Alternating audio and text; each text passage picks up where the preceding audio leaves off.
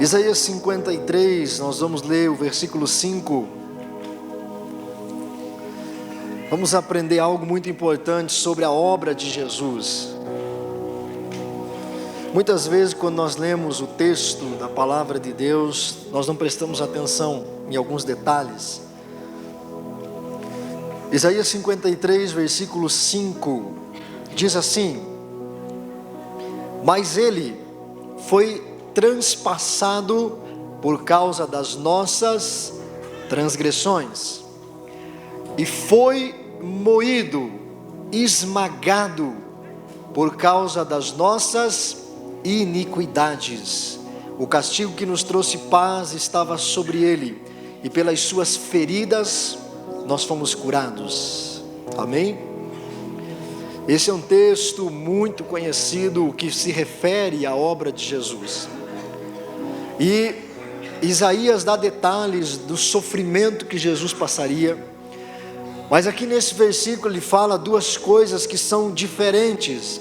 Ele diz que Jesus foi transpassado por causa das nossas transgressões. Ou, conforme outras versões, aqui ele diz, ele foi ferido por causa das nossas transgressões, e foi moído por causa das nossas iniquidades. Ferido e moído são coisas diferentes. Transgressão e iniquidade também são coisas diferentes. A obra de Jesus foi completa. E aqui ele fala sobre duas coisas distintas. Jesus foi ferido, golpeado, chicoteado, surrado, espancado pelos homens por causa da transgressão. Transgressão é o pecado de quebrar a lei. Jesus foi condenado pelos homens como transgressor da lei de Deus. Os grupos daquela época religiosos, junto com o Império Romano, os governadores, mas principalmente a liderança religiosa, foi quem prendeu Jesus, porque ele era considerado um transgressor da lei. Então, existia duas punições distintas. Aquele que era condenado a ser chicoteado, ferido, punido, ele não deveria ser morto,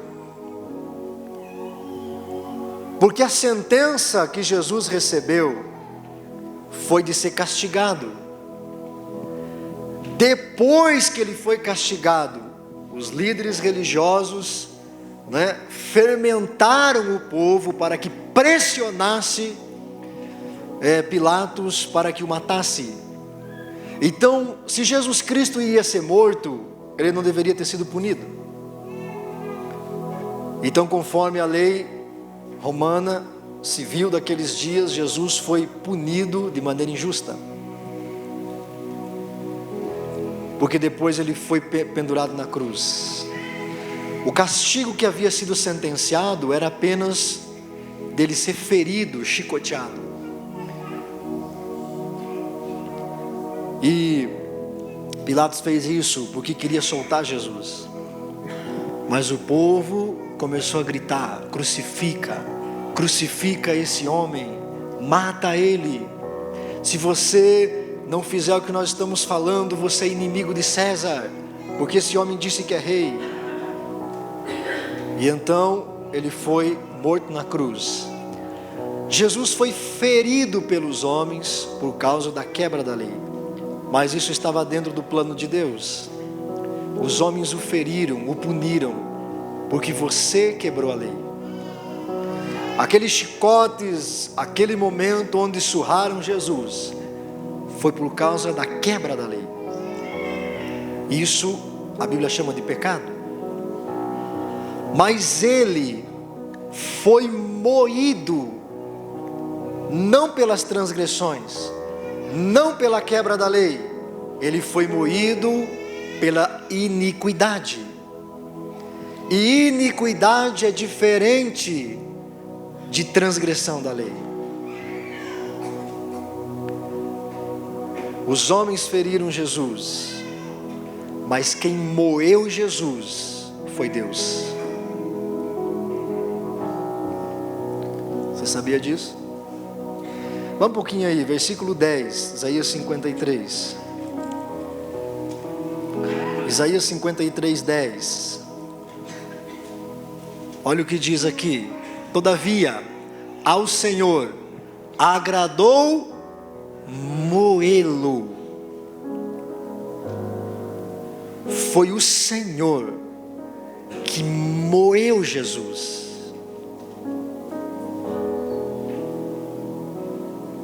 Por causa das iniquidades, não por causa da quebra da lei. Da lei ele foi punido pelos homens. É claro que isso fazia parte do plano de Deus. Mas pela iniquidade foi o próprio Deus quem moeu Jesus. Por isso o maior sofrimento do martírio de Cristo foi pela iniquidade. E de que iniquidade, ou qual é a iniquidade a qual Jesus foi moído pelo próprio Deus? Abra aí comigo Êxodo capítulo 20.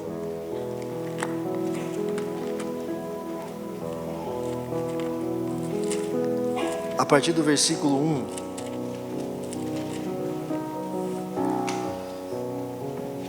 Meu Deus, essa palavra é poderosa. Êxodo capítulo 20, verso 1. Nós vamos ler até o versículo 6. Vamos ler aqui. Está projetado aqui. Então falou Deus todas estas palavras, dizendo: Eu sou o Senhor teu Deus, que te tirei da terra do Egito, da casa da servidão, da escravidão. Não terás outros deuses diante de mim. Não farás para ti imagem de escultura, nem alguma semelhança do que há em cima nos céus, nem embaixo na terra, nem nas águas debaixo da terra. Não te encurvarás a elas, nem as servirás, porque eu, o Senhor teu Deus, sou Deus zeloso, que visito a iniquidade dos pais nos filhos, até a terceira e quarta geração daqueles que me odeiam, e faço misericórdia a milhares dos que me amam, e aos que guardam os meus mandamentos. Aleluia! Esse texto muitas vezes é usado para falar sobre maldição hereditária e coisas desse sentido. Mas esse texto nada tem a ver com maldição hereditária. O Senhor Deus tinha convocado o povo para subir o monte. E disse: santifica o povo em 3 dias. No terceiro dia vocês vão subir o monte. Quando vocês ouvirem o soar longo de uma trombeta, esse é o sinal que o povo deve subir o monte para se encontrar comigo. E o povo chega no terceiro dia, se reúne ao redor do monte, e Deus desce. Só que Deus é meio pentecostal. Apareceu fogo no cume do monte. O monte começou a tremer. Fumaça, trovão, raio. E aí a buzina soou. Só que Deus chama Moisés e diz: não deixa ninguém subir. Aquele que subir o monte será destruído. E aí Moisés diz para o povo: olha, ninguém pode subir, nem tocar no monte, fica todo mundo aí. O que aconteceu, Moisés? Nós estávamos prontos para subir, fizemos 3 dias de jejum. Moisés diz: eu não sei, deixa eu ir lá para o feio com o homem. E aí Deus diz: Moisés, só você vai subir aqui. E quando Moisés chega, subiu o monte, quando ele chega no cume do monte, ele entra naquela nuvem. Deus diz: eu sou o Senhor teu Deus, que tirei vocês da terra do Egito. Não haverá outros deuses diante de mim. Deus disse para Moisés, respondendo ele, o porquê Deus não aceitou que o povo entrasse na sua presença. porque havia outros deuses no coração daquele povo. E então Deus diz: eu sou um Deus zeloso, Moisés, que visito a iniquidade. O que é a iniquidade? A idolatria.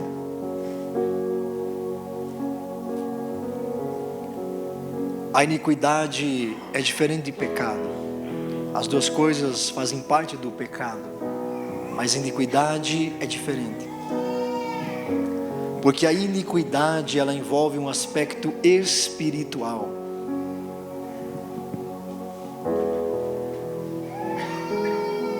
Deus visita a iniquidade dos pais nos filhos até 4 gerações. O que isso significa? Se alguém que tem ídolos, que serve a ídolos, então Deus visita o filho dessa pessoa. E se este filho ainda não se converte, não teme ao Senhor, ele visita o neto, e ele visita também o bisneto. Agora, por que Deus visita? Para amaldiçoar, para destruir, para acabar com a raça? Não. Ele diz: eu sou o Deus zeloso que visita a iniquidade, a idolatria dos pais nos filhos até a 3ª e 4ª geração daqueles que me aborrecem, mas faço misericórdia até 1000 gerações daqueles que temem o meu nome. Deus visita esta iniquidade para ver e descobrir quem é que se arrependeu, porque quando um da descendência se arrepende, 1000 gerações são abençoadas. Aleluia. Você nunca leu a Bíblia? Deus não visita para castigar, para punir. Deus visita para libertar. 1000 gerações. Por que Deus fez isso? Esse povo tinha que morrer. Porque nas gerações que viriam, pai, filho, neto, bisneto, tataraneto, nasceria o Messias. E Deus continuou visitando, continuou visitando, continuou visitando, continuou visitando, até visitar o filho dele. Dessa descendência dos judeus veio Cristo. E então o Senhor Deus fez uma obra muito peculiar, especial no sacrifício de Cristo. Jesus foi ferido pelos homens, pela lei humana, chicoteado, espancado por causa das transgressões. Mas ele foi moído por causa da nossa idolatria.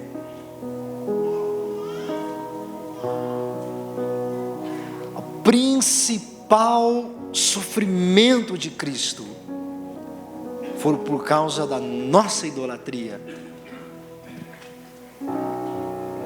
E é por isso que você vai encontrar em toda a Bíblia,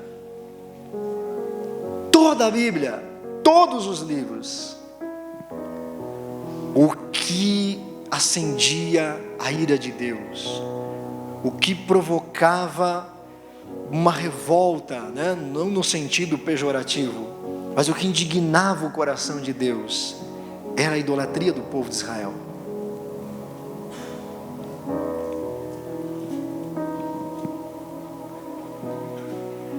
O que te tira da presença de Deus não é a quebra da lei,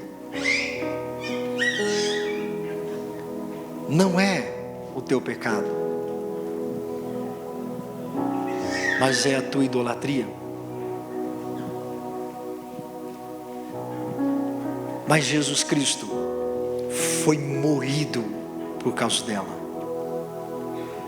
para que você tivesse todos os ídolos do seu coração moídos também.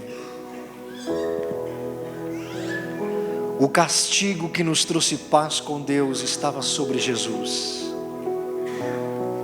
Jesus Cristo foi moído por causa da nossa idolatria, por causa de uma espiritualidade falsa que nós vivemos. Se você deseja experimentar a grandeza da obra de Cristo, você precisa tirar os ídolos do teu coração. Você precisa destruir os ídolos do seu coração. Deus moeu Jesus Cristo por causa da iniquidade da idolatria. E o Senhor Deus visitou o descendente dos judeus para moer a idolatria nele, para que você fosse liberto em todas as áreas da sua vida. Você não precisa da ajuda de amuletos, você não precisa da ajuda de horóscopo, você não precisa da ajuda de cartomante, você não precisa consultar os astros, você não precisa da ajuda de gurus, você não precisa da ajuda de mediadores. Você tem um Deus todo-poderoso que fez uma obra completa para te alcançar, para te abençoar, para manifestar a glória dele na sua vida. Não faltou nada na obra de Cristo, não faltou uma vírgula para ele fazer, nada ficou de fora. Por isso existe perdão em Deus para qualquer ser humano na face da terra. Não importa se ele é um grande bruxo, um feiticeiro, um maníaco, Jesus foi moído pela iniquidade. Há perdão de Deus para todo ser humano. Se você quer viver o extraordinário de Deus, tire os ídolos do teu coração.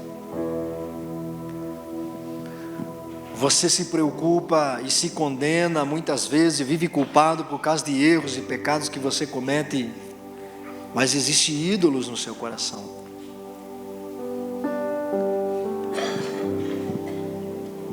Deus mesmo fez isso com Jesus.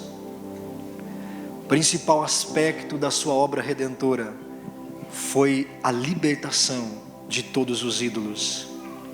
Há um só Deus que deve ser adorado por você. Não existem outros deuses. Deus é único. Deus é único. Há um só Deus. Há um só Deus. Não existem outros deuses. Ele não está disputando com ninguém, porque Ele é único. E Ele moeu Jesus, esmagou Jesus, triturou Jesus, o seu corpo, a sua alma e o Espírito de Cristo foram moídos pela mão de Deus, moído. A angústia de morte tomou conta do coração de Jesus. Jesus clamou ali na cruz: Deus meu, por que me desamparaste? Por que me abandonaste?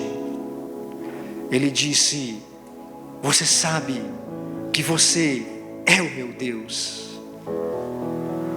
Eu não tenho outro Deus. Ele diz: Deus meu, por que me abandonaste? Jesus Cristo foi esmagado pela mão de Deus por causa da idolatria, que é iniquidade. Por isso, a principal obra que Cristo tem que fazer na nossa vida é nos libertar dos ídolos. A principal obra que o Espírito Santo quer fazer no seu coração é tirar a idolatria. E quando se fala em idolatria, as pessoas logo pensam em imagens, em estátuas ou coisas assim. Isso também é ídolo, e você deve tirar. Mas o ídolo principal é aquele, ou o mais difícil de você tirar, é aquele que se esconde, aquele que se disfarça. Muitas pessoas têm o dinheiro como ídolo. Se alguém mexer no teu dinheiro, você vira um demônio.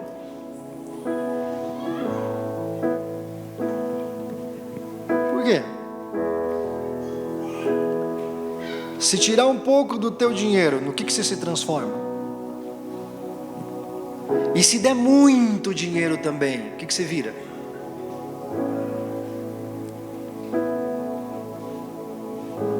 Como é que eu identifico, pastor, seu ídolo, seu dinheiro é um ídolo no meu coração? Quando Deus te corrige, você muda, você obedece, você toma uma atitude. Quando Deus fala que você está errado, você age imediatamente, porque Deus falou comigo que eu estou errado, e isso é uma coisa séria. Deus falou comigo. Ou você não está nem aí? Agora, se alguém chegar para você e disser, o negócio é o seguinte: se você parar de fazer cambalacho, você vai ficar milionário. Você muda na mesma hora.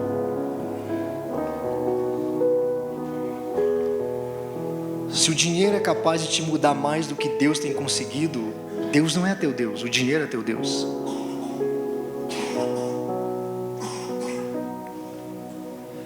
Dura esta palavra, pastor.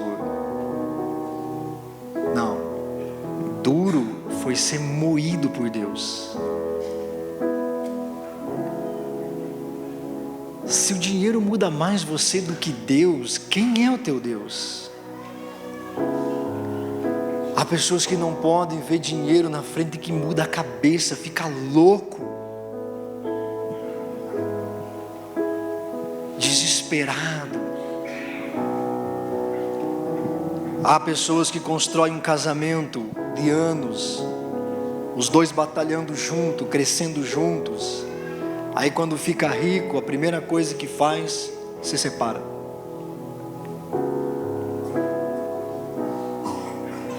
Quem é Deus? Não, porque se eu fizer tal coisa, eu vou ganhar muito dinheiro. Amém, irmão, faça, siga a direção. Aliás, meu Deus do céu, quanto testemunho daqueles que fizeram curso de finanças e as matérias de finanças do IBEG. Que coisa linda Deus está fazendo. Obra de Deus na vida desse povo. Agora, por dinheiro, o que você faz? E por Deus?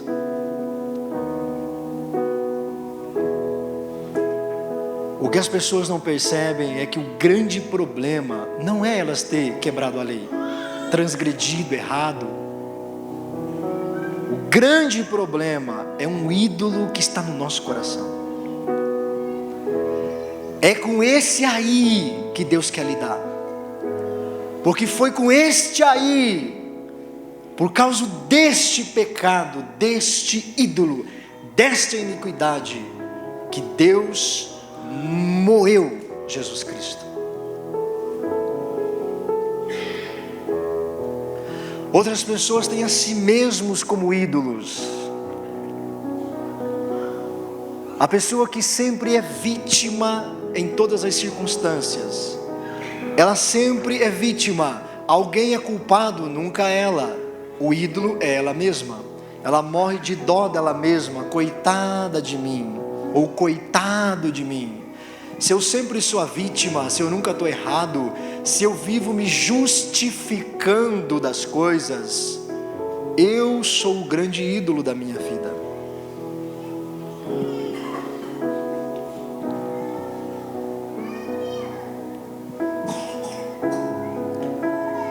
Há muitos ídolos que podem estar aí escondidos no seu coração. E a grande obra de Deus é nos libertar de todos os ídolos. O Senhor Jesus disse em Mateus 5, versículo 8: bem-aventurados os puros de coração, porque eles verão a Deus. O puro de coração, o limpo de coração, não é alguém que nunca mais vai errar, é alguém que não tem ídolos no coração. No Salmo 24, no versículo 1 ao 3, ele diz assim: quem subirá ao santo monte do Senhor? Quem entrará em sua santa presença? Aquele que tem mãos limpas e tem coração puro, que não recorre aos ídolos. O coração puro para Deus é um coração sem ídolos. O coração puro para Deus é um coração sem idolatria. Quem é o seu Deus? Será que existe algum ídolo dentro do seu coração hoje? E enquanto eu estava ali no momento do louvor, buscando uma direção de Deus para a mensagem, eu vi inúmeros altares levantados. Mas o Senhor Deus vai tirar isso da tua vida hoje. Aleluia. Deus quer ver em você um coração sem ídolos.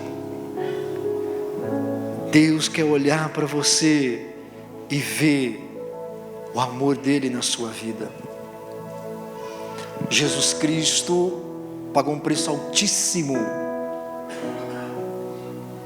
para que você fosse liberto da idolatria. Glória a Deus. Deus não está te visitando nessa noite para te amaldiçoar. Ele é um Deus zeloso que está visitando a iniquidade para te abençoar, para fazer misericórdia na sua vida. Amém?